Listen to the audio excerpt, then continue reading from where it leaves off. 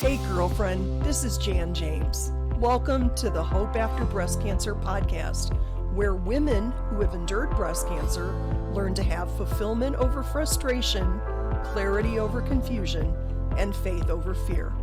We tackle the issues that many of our sisters face after a breast cancer diagnosis, from brain fog to fear of recurrence, from menopause to sex after breast cancer. This is the place to learn how to have hope after breast cancer. So strap yourself in. Welcome to the Hope After Breast Cancer podcast. Hi everyone, it's Jan James, and I'm from Hope After Breast Cancer, and it's time for another Thrivers Thursday. So on Thrivers Thursday, we just introduced one of the women that's in our group, and I want to introduce you to Samantha Peacock, who is just a doll. And the reason why I chose her for this Thrivers Thursday was in our private breast cancer support group on Facebook, which we'd like you to join. We had asked the question, do you feel whole or broken? And let me read to you what she said. She said, I feel like I'm in a cocoon, like my new self is reformatting, if that makes sense. I think if it wasn't for reconstructive surgery, I would feel broken. Definitely not who I was, but I thank God I'm alive. That's all I asked him for when I was diagnosed and she said, praying for all the hurting. So Sam, welcome. Glad you're here. Thanks for having me. So can you tell the girls a little bit about your original diagnosis and when that was?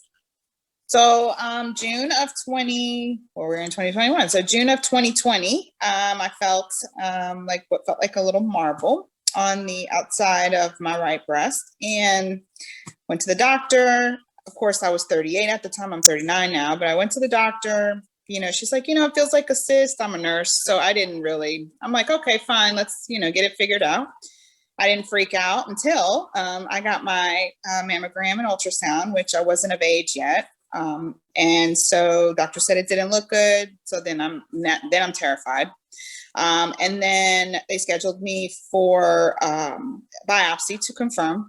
She called me. I remember it was a Friday. It was June 19th. I remember it like it was yesterday. And she asked me if I was driving. I should have known something was up then. Mine did too. She said the same thing. Are you driving? Can you pull over? Like, are you? I'm like, no, I wanted to say no, I've been in my room crying for a week, for these results and praying. So anyway, she told me it was cancer, and just shattered. I was shattered at that time. So she told me it was invasive ductal carcinoma. She said it developed in my milk ducts is where it developed. And she wanted me to get tested for genetic mutation. So of course, I was diagnosed. I went and got my blood work done. And this was actually in the middle of my move last summer because I was moving from Louisiana to Houston. So I couldn't be in a better place. I mean, they referred me to MD Anderson. I mean, best place on the planet. But we talked about the fact that changing doctors in the middle of a cancer diagnosis is no bueno, right? Well, yeah. And I mean, when I went there, I met with a breast surgeon. Well, actually, I met with a breast surgeon back home. And she was the one who referred me. But basically, I went in and spoke with her. And, I'm thinking, it's breast cancer. Hey, you know what? We can just reconstruct. Let's get that cancer out and let's move on. Because I don't have time for breast cancer, But she's like, no, you're going to need chemo. And I was like, then I'm shattered, because chemo, it's like, wait, what? I made it real easy in my head. So she was like, do you want to start treatment here? When are you moving? And I'm like, okay, we have to narrow down a place because, the previous place we had put a deposit on fell through because COVID. And so now we're like scrambling because, they're referring me. And so MD Anderson is calling me like, okay, you need to be here on July 3rd to do your COVID test because we're starting treatment on July 7th. I'm like, what? Wow. So it happened really fast. Yeah. Now, what kind of surgery did you have? So I was actually, and to tell you, I'm triple negative. Oh, So great. negative breast cancer. Mm-hmm. I was 38 and they diagnosed me BRCA1. So I did recently have surgery this past January. I had a double mastectomy with reconstructive surgery. Now, initially, I was supposed to go through radiation. So the plan was January 7th, double mastectomy, expanders put in, and then within a couple of months, I was to start radiation for 6 weeks, Monday through Friday. And then I would have a waiting period before I could have implants put in because of the damage to the tissues. But when I had surgery, they took the tumor out and they said there was I had a complete response to chemo. There was no cancer left in the tumor. Wow. My lymph nodes, they did a sentinel on my right side, totally clear. Pulled 4 lymph nodes off. They said that the lymph nodes hadn't even been touched prior to chemo. So it hadn't even gone there. I'm telling you, by the grace of God, I was in total shock. No doubt. When they gave me my pathology results. So I went in, they told me that, and they were like, this opens up a whole nother chapter for you because, they said 6 weeks prior, I spoke with radiation and I met with them and they said, we're finding that we're over-treating women with radiation.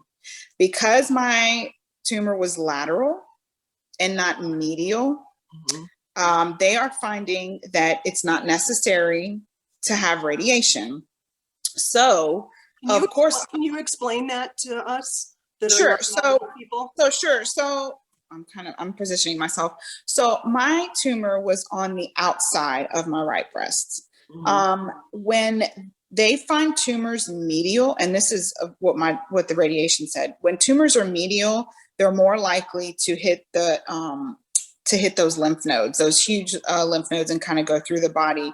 So they're a little more worried, that they didn't get all of the cancer, because obviously with surgery, they could miss, a minute something. So that was the reason they wanted to do radiation. But when they weren't expecting a complete response. So when they took the tumor out, it was just a bed and there was nothing, like no cancer.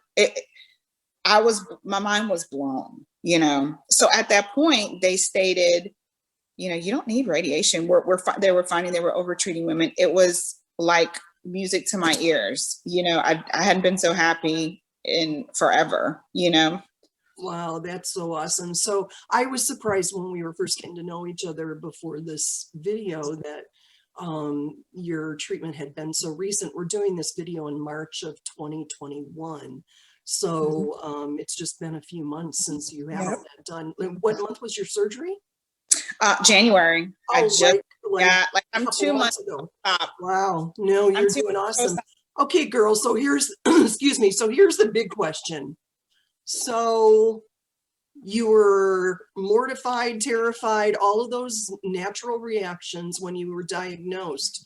So how did you move from that to the place of feeling like you're in a transformation rather than, you and I talked a little bit earlier about so many of our women seem to get stuck because they can't reconcile their old life with their new life. And so how is that happening for you? I'll be honest. I was in my last few weeks of Taxol treatment and my hair started growing back. Like I have my little fuzzies, my little gray fuzzies, which is not gray now because I've dyed it, but my hair started coming in and I'm like, okay. And I lost all my hair. I lost all my eyebrows. My eyelashes were gone. And I was always like I loved my makeup, so I had to learn lots of tricks to the trade when you lose everything, wigs and all that. But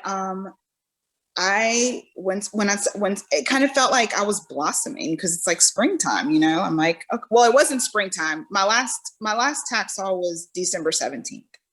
So that was my last Taxol treatment, but I had already started growing. My hair was already growing.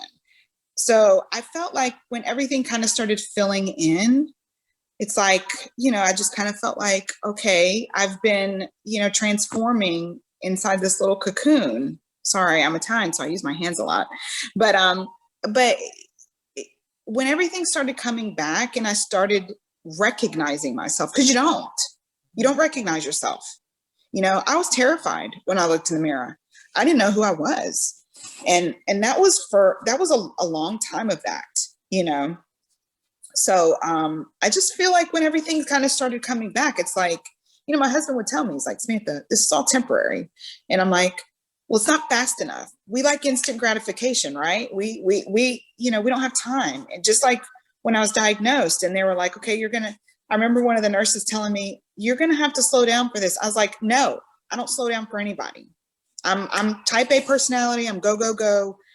I don't have time for cancer, So I guess I think there's a ton of us that are like that. And in some way, I actually feel like for me, because I was going like a freaking house of fire, I feel like God needed to get my attention and really slow me down. Yeah. Oh, yeah. And, and it needed to be dramatic because, I wasn't paying attention to much of anybody telling me to slow down. So, oh, yeah. Similar, I can remember being so mad at that nurse. Mm-hmm. I'm like, how dare you? You don't know what I'm in the middle of a move. My daughter is a soccer player and I don't have time. We've got tryouts in Houston. I've got to sign a rental agreement. I don't have time for this, Right. No. So, and I think don't you feel like it's partially the control thing too, that we've been so addicted to? Oh, yeah. Honestly, I think COVID cured a lot of us of that whole thing, right? Yeah, we're not in control of anything. Oh, no. No, we're not. No, we're not. Yeah, I'm total control freak. My husband could co-sign that. Right. Yeah. Right. Yeah, he doesn't like that. So, okay. So where are you at in your transformation now, girl? So at this point, I've got a lot. I've actually got 2 surgeries coming up. So I'm trying to think of dates. April 2nd, I am scheduled for hysterectomy. I'm done having babies, so that's fine. But I'm not ready to lose my ovaries. Because that puts me in menopause before the age of 40.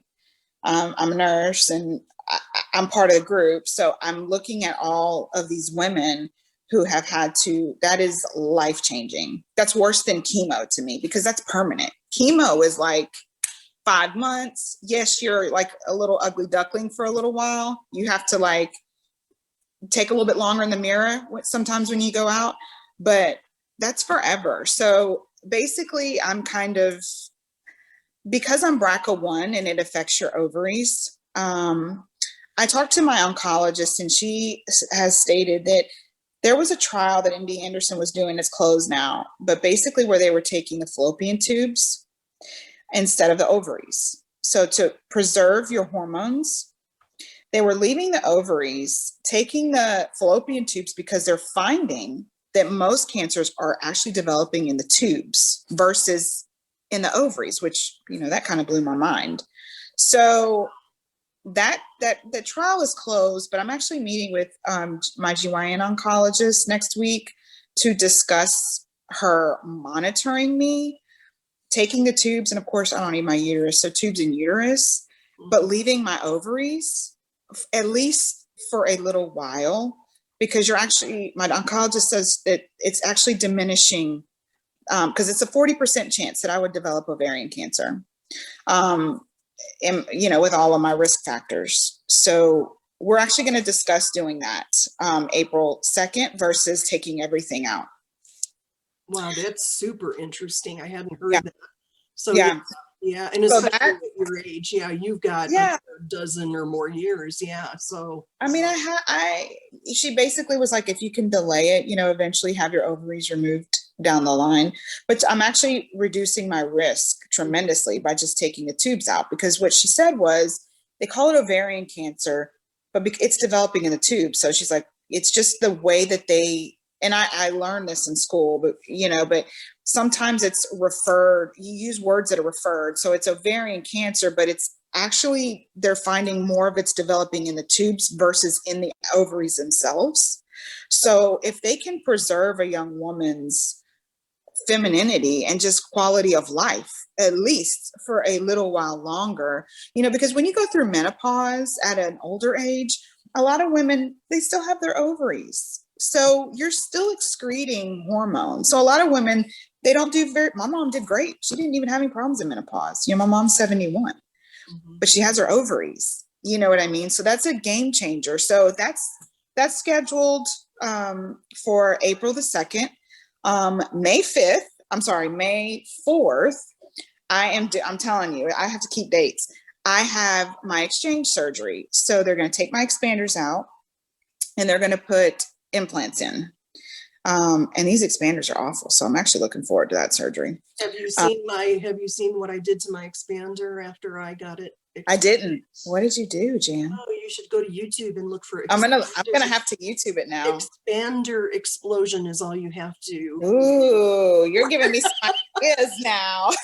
I didn't love the expanders either, but let me just tell you, the swap surgery is easy peasy. That thing is like in and out, and you're, yeah. Yeah, I'm looking forward to it. Yeah, that's what they said. I mean, I had a hard time bouncing back from the mastectomy, and I've always been someone who's gone to the gym. I've always tried to eat right, take care of myself, and so I had a tough time. I had a lot of pain afterwards. You go in and you're kind of like scared, but then you're like, hey, it's amazing what your body can do. I mean, it's amazing, but that transformation that you're talking about is, I mean, I love your perspective on that, because it is that our bodies are amazing. It is, it's a miracle that we can come back from the beating that we take during treatment. Absolutely. Yeah, it is. That's a good word for it, beating, because that's what it is. No doubt, girls. So that's good. Well, good. Well, what else am I missing? Anything else that we missed that you want to talk about? No, I mean, it's a temporary thing, everybody used to tell me, I can remember somebody telling me when I was worried about my hair falling out, somebody said, it's just hair. I wanted to like wring their neck. I'm like, my hair is everything to me. Like, how dare you? But it does grow back. It doesn't grow back, grew back gray. I was like, hell no. I've been coloring my hair for years. I was gray before I was 30. But yeah, it's temporary. It really is. It's something you have to go through. And now that it's easier for you, it's easy for me to talk about it now, because it's kind of in my rear view, so the main thing is, like we discussed earlier, is not to focus, like, because a lot of women are like, oh, it could come back, or you got to just keep moving, man. You got to keep taking care of yourself, making sure you're doing what your doctors say, getting your screenings, kind of following doctor's orders, and it will pass, it really will. You know what, it's I think, my first group on Facebook was the Booby Buddies, and I think I'm kind of known for saying in there, none of us is getting out of here alive, so you better make every day count. And I really believe that, because there are women that I know that have had breast cancer, so they expect that breast cancer is what's going to take them, but then they get in a car accident, and I mean, it could happen any day. So get on with life, will you? So so I think you're doing an awesome job about that, getting on with life, girl.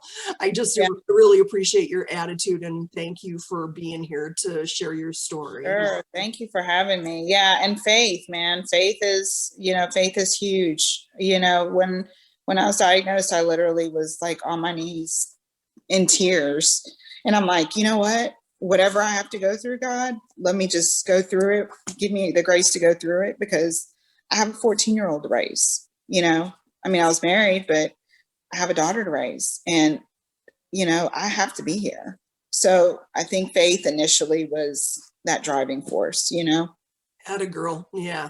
It's totally my foundation as well. So so thanks, girl. I just really am grateful to be able to talk to you face to face. So that's great. So ladies, just thank you so much for tuning in to our Thrivers Thursday, and there'll be another one to come next week. So it's so much fun for me to get to know all of our women this way, and there's so many inspiring stories.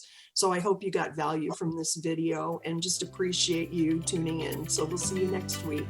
This is Jan James from Breast Cancer. Girlfriend, thank you so much for listening to our podcast. I hope you found some nuggets to encourage you and give you hope. Make sure you subscribe to the podcast. You never want to miss an episode. And we'd love to know how we're doing, so please be sure to leave us a review. Until next time, this is Jan James encouraging you to remember there is hope after breast cancer. See you next time.